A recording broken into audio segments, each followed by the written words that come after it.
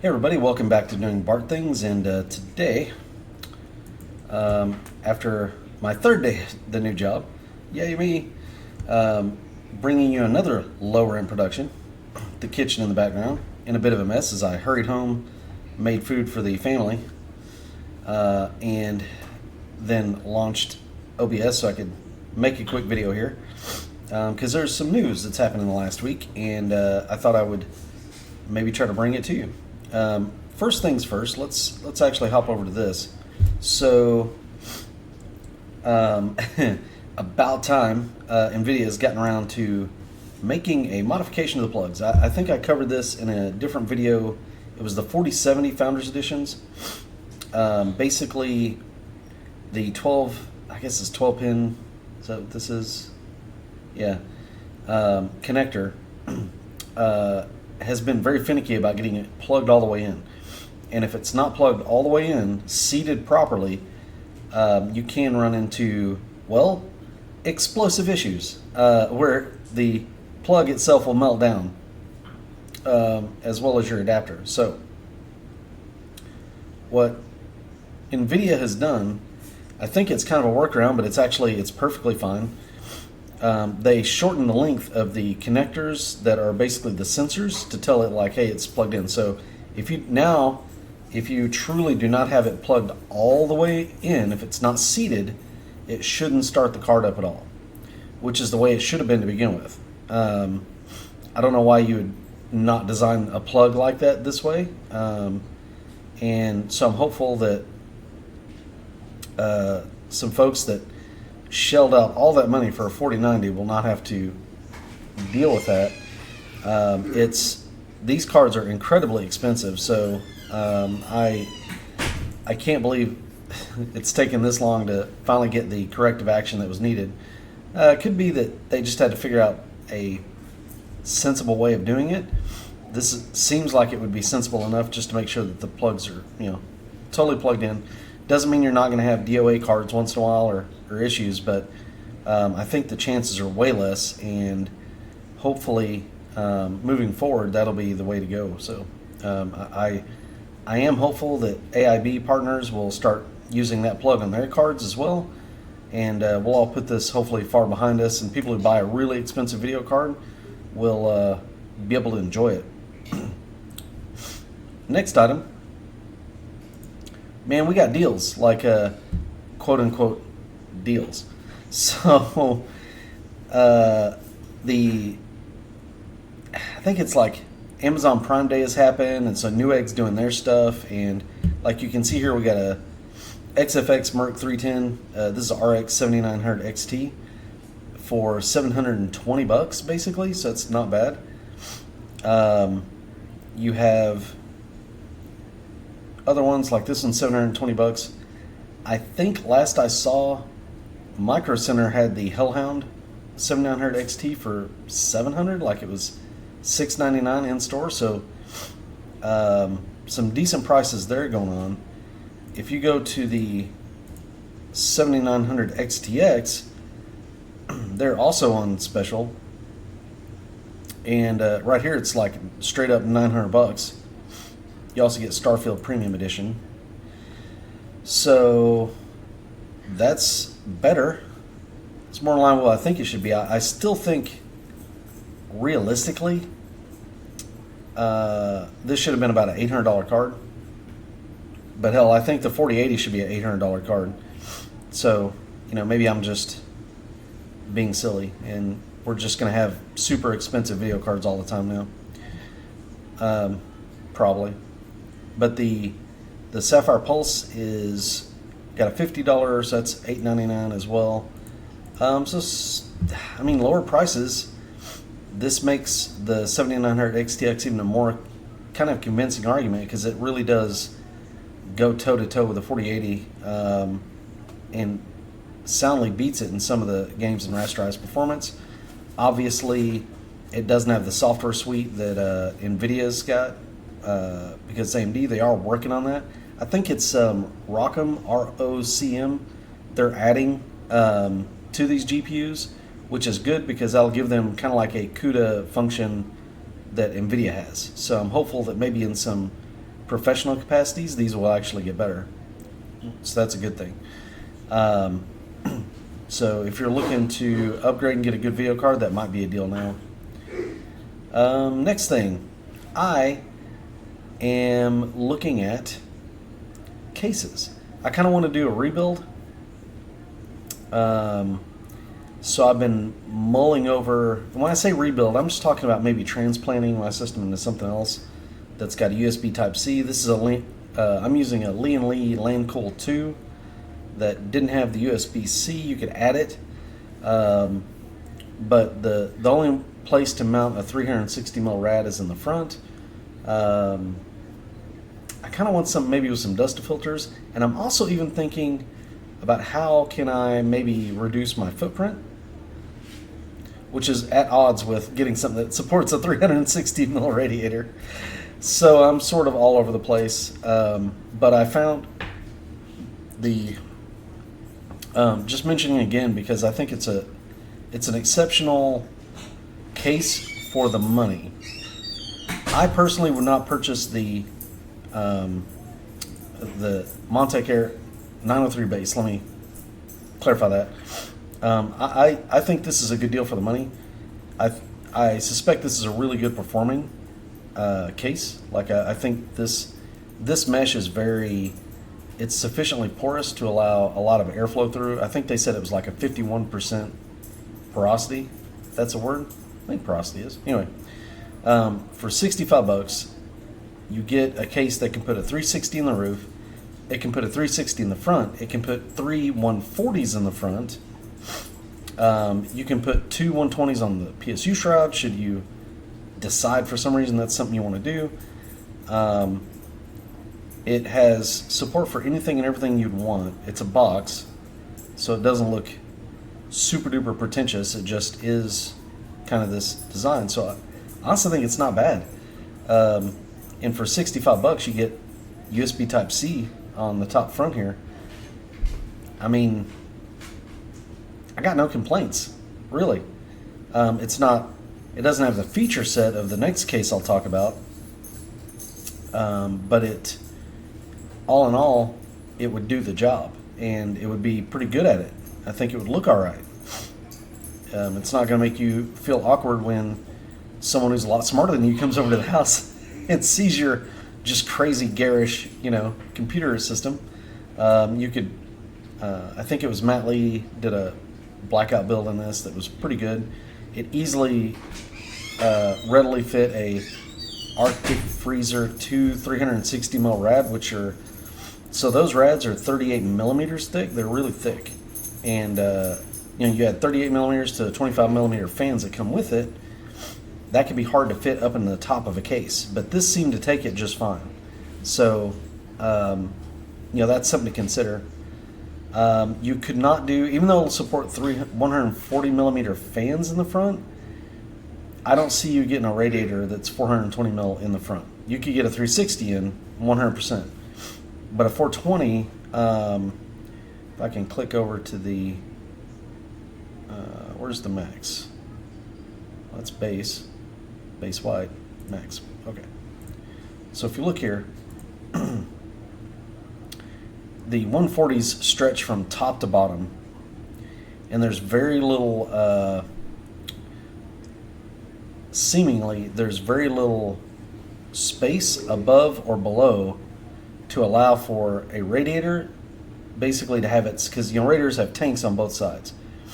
And there's very little room to allow those tanks any sort of clearance. Maybe the old-fashioned we can make it work situation might get you there. The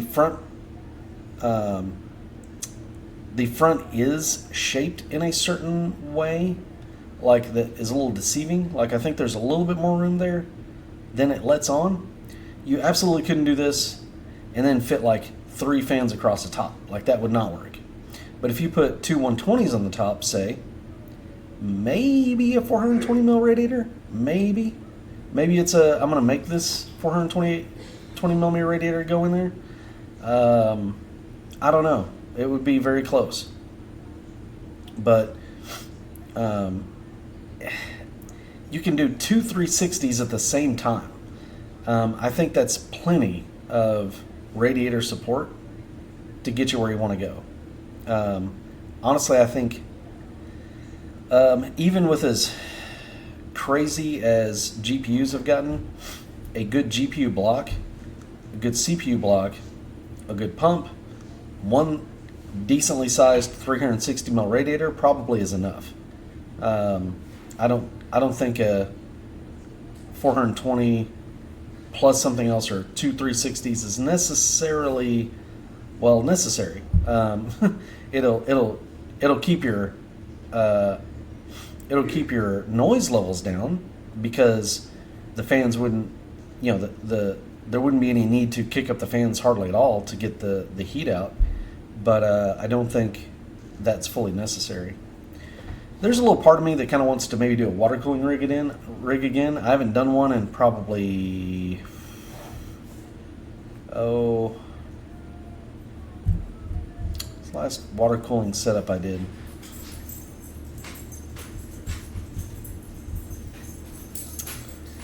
Man, somewhere around 98. I can't even remember. It's been a long time. Very long time. So there's a part of me that's looking at all the parts going, well, that looks easy and slick now, and I don't think it would be that big a deal. That wants to go, hey, I could just do a water cooling rig. The crazy thing about water cooling now is I think if you did water cooling, you could drastically reduce the size of the GPU space you need, because GPUs are massive, but they're massive because of the coolers. The actual boards themselves, maybe I can demonstrate this. Okay, so if we look, and that's my dog in the background going crazy. Okay, so for a proper look at perspective, right? And these GPUs are expensive, but these water blocks are not cheap. So if you look at the PCB area on this GPU, look at the PCIe slot, right? See where that's located? Okay.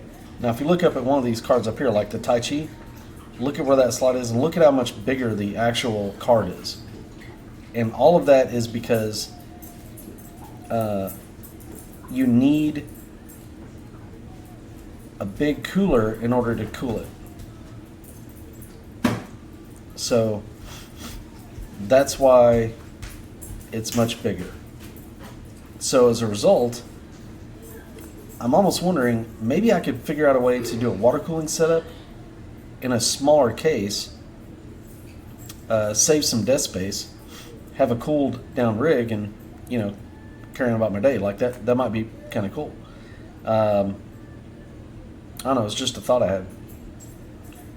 The 4090 is even, or the Nvidia GPUs are even more that way. Like they're almost half-length cards when you put a water block on them.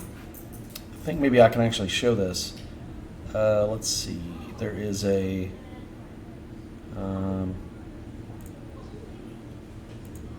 If we go to 4090, if we scroll down here on Newegg to, if you look at the MSI one, you can see like it's much shorter. It's in the 280 millimeter range instead of the 350 millimeter range. There's one that's even smaller than that. Yeah, look at the Gigabyte Aorus card. That is really small. And that's really small because, it's liquid cooled, so the liquid is heating up, it's getting pumped by a pump out of the area. And it's so much thinner. Same performance. It's probably performs better because I think this one even has a 360 mil. Yeah. So it's got three 120s. That's a 360 mil radiator. So that's just something I found interesting as sort of a thought idea. I do wish that there was more in the way of AIOs for GPUs that would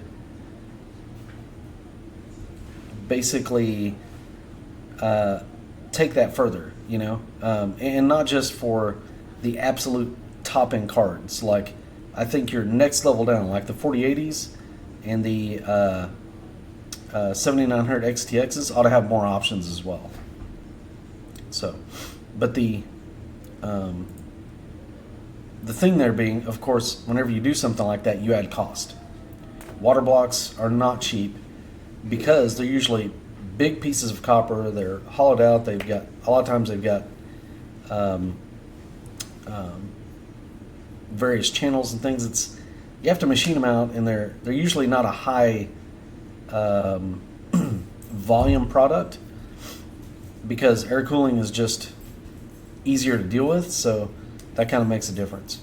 But anyway, no, it's something to think about. I think that I'd like to see more AIO options out there for cards. I think it's kind of an interesting idea. So many cases now you can support all the radiators you want, basically.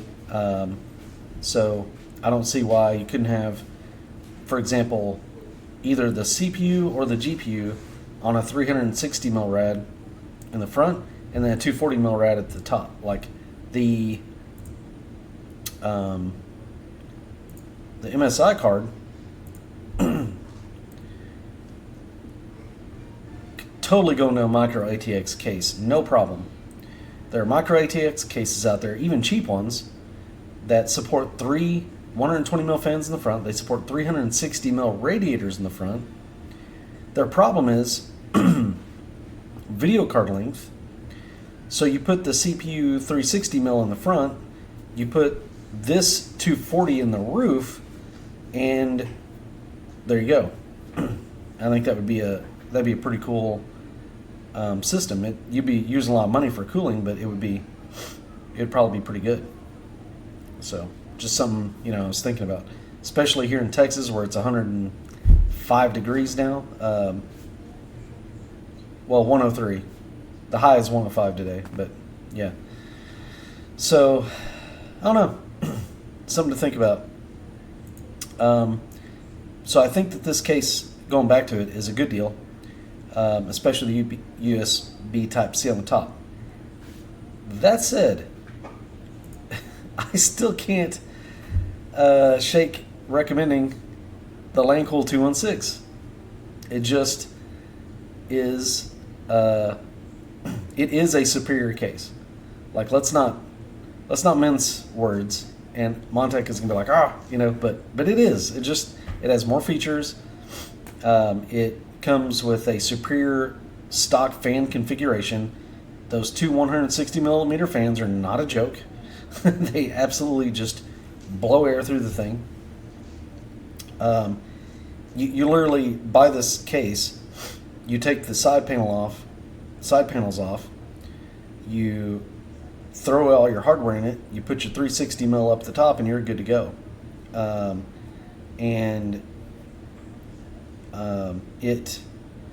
It comes with a controller in the back.